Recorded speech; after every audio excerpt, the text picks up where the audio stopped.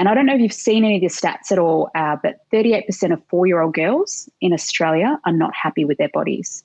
And so for me, this was a whoa, this is incredible. This is just mind blowing and scary and very sad. And so I thought, we need to actually plug that gap. We need to build resilience in the early years. And that's why I sort of put the campaign on hold and started the Pretty Foundation, which is a charity in that space of early education. Another winner of the LG Local Legends competition. It's not really a competition, is it? It's more of a project because it's just about identifying the excellent work done by so many different communities all throughout the country. The Pretty Foundation has been founded by Merissa Forsyth. She joins us today. How are you, Merissa? I'm really well, thank you. Congratulations on your first child, a young daughter. Very good. Fit in well with the Pretty Foundation. Yeah, that's correct. I wish I could say that was planned, but don't get to choose that. But yes, she's 4 months and she's fantastic. Fantastic. Look, the Pretty Foundation is an initiative that my wife actually introduced me to many months ago. She sent me an email and said, check out what these guys are doing. Isn't that amazing? Because we are a family of 3 girls, all under 13. And many of the themes that you talk about as part of the foundation resonated very closely for us. Can you take us through what the Pretty Foundation is and how you are supporting the community? Yeah, so I'll go back a little bit into what I was doing. So I was working in marketing and I had an aha moment in life and quit my job to start a movement that helped women with regards to body image. And I ran that for a couple of years, and all the funds I raised supported a charity in the space of body image. And after a couple of years, I had to be honest with myself and the team that I'd worked with and really had to ask the question, why is this issue not going away? In fact, why is it getting bigger and bigger for girls? And I looked at all the stats and spoke to the experts and looked at the Australian market. And what I found was that there were programs already for women, there were programs for teenage girls, there were some programs for body image in primary school, but there was literally nothing in early education. And that's where the foundations for body image are laid. And I don't know if you've seen any of the stats at all, but 38% of 4-year-old girls in Australia are not happy with their bodies. And so for me, this was a whoa, this is incredible. This is just mind blowing and scary and very sad. And so I thought, we need to actually plug that gap. We need to build resilience in the early years. And that's why I sort of put the campaign on hold and started the Pretty Foundation, which is a charity in that space of early education. So that's essentially how it all began and why we actually exist. And essentially we run, I guess, quite different creative programs that are all backed by research, and we have a panel of body image experts on the team. And we develop programs that essentially children kind of are involved in or, engaged with. So, books and animations and things like that they're already engaging with, and then we just bring in our messaging to it. So, for example, we've got a children's book series. Actually, I might have a book somewhere here. This one here, actually, that's the latest book in the series. And it's all about a girl who goes on adventures and helps other little girls recognize their true value and who they are and not what they look like. So, yeah, so we've got a range of different programs, and that's probably one of my favorites, to be honest. Merissa, how does a 4-year-old become unhappy with their body image? How does that happen? Yeah, it's a good question. So, I mean, I don't remember back to 4, but maybe 5 or 6. I can't remember thinking about these things or worrying about my body at that age. But now you look at it and if you actually listen closely, you'll hear little girls say, I don't want to wear that. That would make me look big, or I don't like my thighs, or I don't like my hair, or picking on someone else. So we know it exists. And the key 3 factors that body image experts, our team say affect a little girl's body image are parents, peers, and the media. So the media are things like books or toys or TV that they watch and the subtle messages that they get through that. But parents play a big role as well. So it might be, a mum saying something really positive about her body that the little girl sort of absorbs, or it could be something like, I hate my tummy, or look at that other person and making a judgment on that other person's body. So they hear these things and they start to take them on board and start to believe that actually their value is in what they look like rather than who they are. So bit by bit by bit, they're hearing these messages through different avenues, like, yeah, as I said, the media or their friends or parents. You talk about creating a number of different, I call them assets, like books and things like that. How do you go about changing that mindset? Is it a rewiring? Is it tweaking? Is it creating sort of a point and then moving forward from there? What does it take? Yeah, so that's exactly why we start in early childhood, because if it's not that it's hopeless at the teenage years, but it is very ingrained by the time that girls become teenagers, that they've heard these messages and it's, it's sunk in and it's ingrained. So it's harder to change, at that later stage. However, if we start early, particularly for girls who aren't, dissatisfied with their bodies, we're sending these right messages where we're instilling them at an early age so that they have, the tools, resources, and these key messages within them to be able to take them along the journey as they grow up. For girls who already have, slight issues and don't like parts of their body or are not happy, it's about slowly sort of starting to change that, because they're still very, malleable at that age, and are easier to change. So to give you an example, we survey all parents after, we survey anyone who's willing to take part in the surveys and the research after they read the books to their children.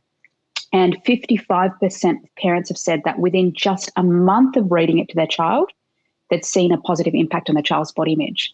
So it could be something like a little girl didn't want to go for a swim because she didn't want to get in her bathers, to now she's happy to be in her bathers and go for a swim. So that's the difference, is that you can make an impact quite quickly and easily at an earlier age. I can't imagine what it would be like having a child that didn't want to go for a swim because she was worried about how she's going to look in her bathers. Yeah, absolutely. It's the thing with body image is that, people often think, oh, well, whatever, we've all had our issues. We've all thought badly about our body, but don't recognize that it actually holds girls back in life. So it might be, their career as they get older. It might be sport. It might be a range of different things in life that they get held back by because they just don't have the confidence, because they feel bad about their own bodies. And this then sort of goes out into other areas of life, which is really sad. The idea of confidence that you're talking about, one of the things one of my kids said to me once was they looked at a photo of a girl on, it wasn't on social media because they don't have access to social media, but it might have been online, and she said to me, I want to look more like that. And I said, well, we went through the process. I said, well, you're not going to ever look like that, because let me show you what's happened. And I took a photo of her, and then I started adjusting it, and I added a lens, I added a filter, and tweaked this and tweaked this and tweaked this. And I said, that's a lot less of the real you than it was of you standing in this room. She said, of course it is. You've done all of that. And I said, well, that is what's happened with this photo as well. Do you do anything around creating an understanding of what they see, the imagery of others that they are able to look at is actually not real? Yeah, at a young age, so we focus on 2 to 6 year old girls. Right. It's probably not that appropriate at that age to show them things like photoshopping and have those conversations. But what we like to do is use the subtle messages, which, through books, for example, where you can tell a story, they're engaged with it, and then you can ask questions like, why do you think she felt that way when someone teased her about how tall she was? And you can have those sorts of conversations. And we develop with our body image experts a range of questions, and then a parent's kit, an educator's kit, children's activity sheets that you can go through with them. We do encourage parents as they get a little bit older to start having those sorts of conversations. And there's various, video clips and things like that on YouTube that you can show, particular dolls or things like that are out of proportion, and how, if they were real women, how ridiculous they would actually look. And there are even things like, I think there was one video that was like, someone using Photoshop to turn a pizza into a woman. That's how incredible Photoshop can be in terms of tweaking things and changing things. So it's about teaching them those things, I think, a little bit later on when they can grasp what that's all about. What have you found from the community from doing the work that you've been doing with the Pretty Foundation, Merissa? What's been some of the feedback that families have been giving you? Yeah, so initially it was shock that this actually happens at such a young age. And then as parents hear about this and they're like, oh, wait a second, you're right. I hear my daughter say X, Y, Z. And I didn't realize I need to start thinking about these things at such a young age. And then you hear stories of girls, as young as 4 or 5, having significant issues.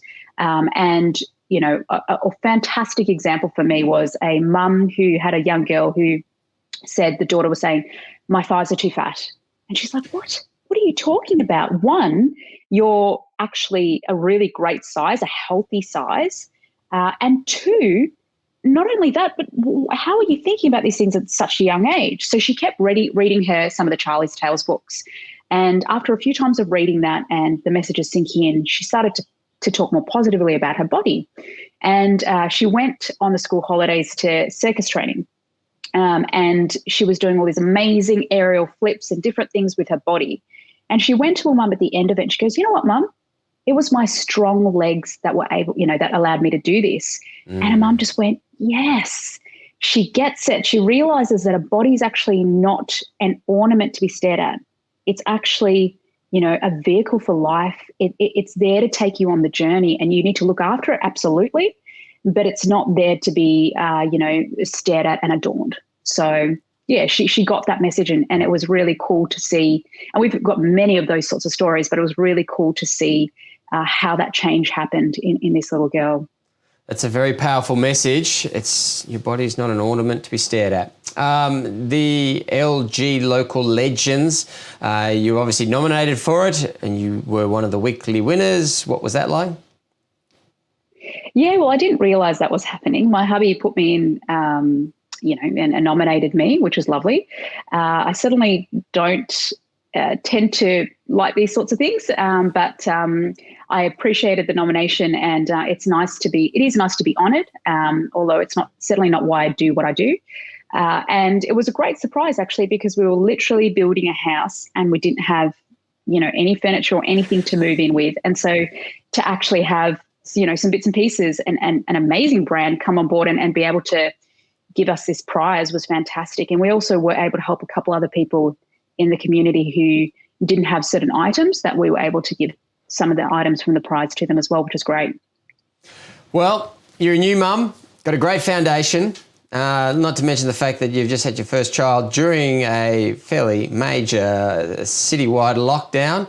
Congratulations on your foundation, Merissa, and on becoming a mum. And we look forward to hearing more about the wonderful work you're doing with young women as the foundation goes forth and continues the positive messaging that you are bringing to so many. Thank you so much for having me.